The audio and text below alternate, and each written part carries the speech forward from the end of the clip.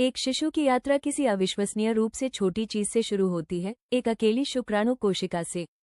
पुरुष शरीर के भीतर वृषण, टेस्टिस, स्पर्मेटोजेनेसिस नामक प्रक्रिया द्वारा लगातार लाखों शुक्राणु बनाते हैं। प्रत्येक शुक्राणु में नए मानव जीवन के निर्माण के लिए आवश्यक आधी आनुवंशिक जानकारी होती है। ये शुक्राणु परिपक्व होते हैं और स्खलन तक संग्रहित रहते हैं, जब वे प्रजनन नलिकाओं से होकर यात्रा करते हुए महिला के प्रजनन मार्ग में छोड़े जाते हैं।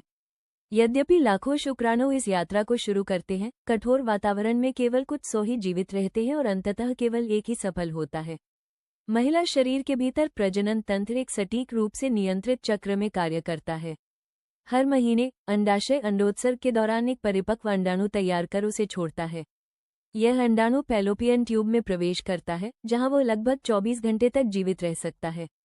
यदि इस समय शुक्राणु उपस्थित हो तो निषेचन हो सकता है। एक तीव्र जैविक दौड़ के बाद एक शुक्राणु अंडाणु की बाहरी परत को भेदता है। उसी क्षण निषेचन होता है और जाइगोट नामक एक नई कोशिका का निर्माण होता है। इस एकल कोशिका में पहले से ही पूरा आनुवंशिक खाका मौजूद होता है, जो आंखों का रंग, लंबाई और यहाँ तक कि कुछ व्यक्तित्व प्रवृत्तियों को भी निर्धारित करता है। निषेचन के तुरंत बाद जाइगोट क्लीवेज नामक प्रक्रिया द्वारा तीव्र विभाजन शुरू करता है। कोशिका 2, फिर 4, फिर 8 में विभाजित होती है, बिना कुल आकार बढ़ाए। जैसे जैसे ये विभाजन जारी रहते हैं, विकसित होती संरचना गर्भाशय की ओर बढ़ती है। कुछ ही दिनों में ये ब्लास्टोसिस्ट बन जाती है, कोशिकाओं की एक खोखली गेंद, जिसके भीतर विशेष आंतरिक कोशिका द्रव्यमान होता है, जो आगे चलकर शिशु का रूप लेता है। यह अवस्था जीवन के लिए अत्यंत महत्वपूर्ण होती है, क्योंकि ब्लास्टोसिस्ट को गर्भाशय की दीवार से सफलतापूर्वक चिपकना होता है। प्रत्यारोपण तब होता है जब ब्लास्टोसिस्ट गर्भाशय की कोमल आंतरिक परत में धंस जाती है। यही गर्भावस्था की वास्तविक शुरुआत मानी जाती है। प्रत्यारोपण के बाद विकसित होती संरचना हार्मोनल संकेतों के माध्यम से मां के शरीर से संवाद करना शुरू करती है। शीघ्र ही प्लेसेंटा बनना शुरू होता है, जो मां और शिशु को जोड़ने वाला एक अत्यंत महत्वपूर्ण अंग है। प्लेसेंटा और नाल, अम्बिलिकल कॉर्ड, के माध्यम से बढ़ते शिशु को ऑक्सीजन और पोषक तत्व मिलते हैं, जबकि अपशिष्ट पदार्थ सुरक्षित रूप से बाहर निकाल दिए जाते हैं। गर्भावस्था के पहले 8 सप्ताहों में विकसित हो रहे शिशु को भ्रूण, एम्ब्रियो, कहा जाता है। ये मानव विकास का सबसे नाजुक और महत्वपूर्ण चरणों में से एक होता है। इसी अल्प समय में सभी प्रमुख अंगों की नींव रखी जाती है। हृदय एक सरल नली के रूप में शुरू होकर शीघ्र ही धड़कना शुरू कर देता है और छोटे से शरीर में रक्त पंप करता है। मस्तिष्क और मेरुरज्जु प्रारंभ में ही विकसित हो जाते हैं, जिससे पूरे तंत्रिका तंत्र की आधारशिला रखी जाती है।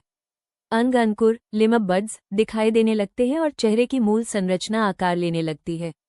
जैसे जैसे विकास आगे बढ़ता है, भ्रूण हर दिन अधिक जटिल होता जाता है।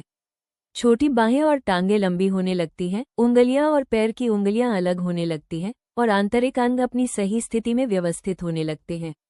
8वें सप्ताह के अंत तक भ्रूण मानव जैसा दिखने लगता है, भले ही उसका आकार अभी बहुत छोटा होता है। 9वें सप्ताह में एक महत्वपूर्ण मील का पत्थर पार होता है और अब भ्रूण को गर्भस्थ शिशु, फीट्स, कहा जाता है। इस चरण से आगे मुख्य ध्यान अंगों के निर्माण से हटकर उनके विकास और मजबूती पर केंद्रित हो जाता है। गर्भस्थ अवस्था के दौरान तीव्र वृद्धि होती है। हड्डियां कठोर होने लगती हैं, मांसपेशियां विकसित होती हैं और शिशु छोटी छोटी हरकतें करने लगता है। हालांकि मां को प्रारंभ में ये हरकतें महसूस नहीं होती, फिर भी शिशु गर्भ के भीतर सक्रिय रहता है। मस्तिष्क अत्यंत तीव्र गति से बढ़ता है और अरबों तंत्रिका संपर्क बनते हैं, जो आगे चलकर गति, सोच और भावनाओं को नियंत्रित करेंगे।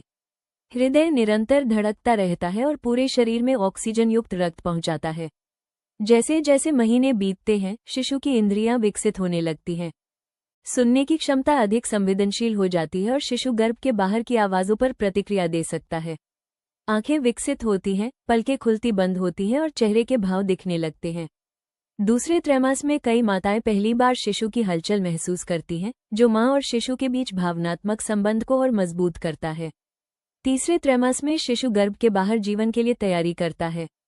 फेफड़े परिपक्व होते हैं, जिससे जन्म के बाद शिशु सांस ले सके। त्वचा के नीचे वसा की परतें विकसित होती हैं, जो शरीर के तापमान को नियंत्रित करने में सहायक होती हैं। प्रतिरक्षा तंत्र मजबूत होता है और मां से एंटीबॉडी प्राप्त करता है, जो जन्म के बाद शिशु की रक्षा करेगी। शिशु जन्म की तैयारी के लिए सिर नीचे की स्थिति में आ जाता है। जब समय उपयुक्त होता है, हार्मोनल संकेतों का एक जटिल संयोजन प्रसव को शुरू करता है। गर्भाशय लयबद्ध रूप से संकुचित होने लगता है और शिशु को जन्म नलिका की ओर मार्गदर्शन करता है। ये संकुचन धीरे धीरे अधिक शक्तिशाली और बार बार होने लगते हैं क्योंकि शरीर प्रसव के लिए तैयार होता है। महीनों के विकास और वृद्धि के बाद अंततः शिशु का जन्म होता है। पहली सांस के साथ फेफड़े फैलते हैं और नवजात स्वतंत्र जीवन की शुरुआत करता है। गर्भ के बाहर नाल को काट दिया जाता है, जिससे प्लेसेंटा से शारीरिक संबंध समाप्त हो जाता है।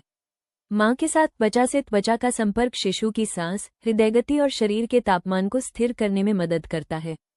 ये क्षण एक असाधारण यात्रा का अंत दर्शाता है, एक अकेली कोशिका से एक जीवित, सांस लेता हुआ मानव बनने तक।